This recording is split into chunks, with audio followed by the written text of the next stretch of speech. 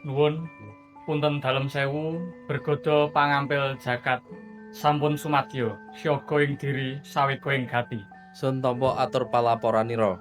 Sun aturke zakat minangka wajibing muslim. Sira budhalke ing kaum Suranata Masjid Bulu Pasar. Sembah taklim aturke saking ingsun marang kaum Suranata. Iki bayaring wajib zakat sun sak keluarga uga sira sak bergodo. Kawula tampi dejiban punika samangke salam badhe dalem aturaken sangarsanipun kaum Suranata. Nyuwun tambahing pangestu bergodo nuli kabidalaken. Budalna mugia wilujeng tansah nemahi rahayu.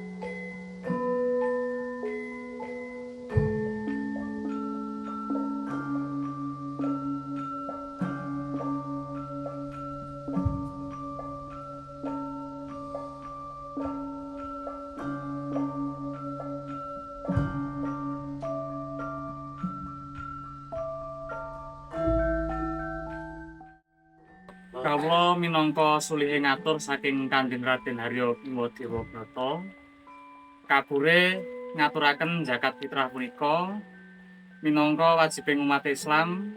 Zakatipun Kanjeng Raden Harya Bima Dewa Brata sak kulawarga miwah sak bergodo boten kantun salam taklim katur saking Kanjeng Raden Harya Bima Dewa Brata.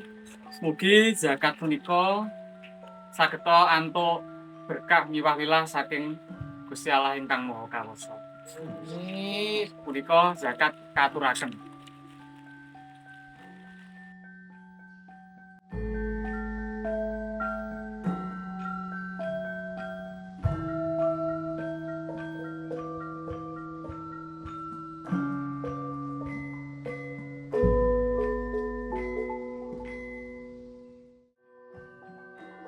Nuwun dumateng para kadang.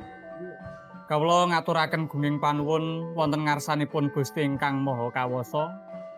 Dene sampun kersa ngrumentahna sedaya kawilujengan dumateng warga ageng Pakoso Pang Kediri saengga wonten ing wekdal dinten punika sampun ngawontenaken adicara atur zakat wonten ing Masjid Agung Desa Bulu Pasar. Mugi Gusti ingkang Maha Kawasa tansah paringa kanugrahan miwah kawilujengan ugi kaberkahan ing gesang dumateng kita sami miwah dumateng para leluhur. Mugi tansah kersa paring lilah miwah pangestu dumateng kita sami. Minangka pitungkasing atur nuwun, wassalamualaikum warahmatullahi wabarakatuh. Rahayu.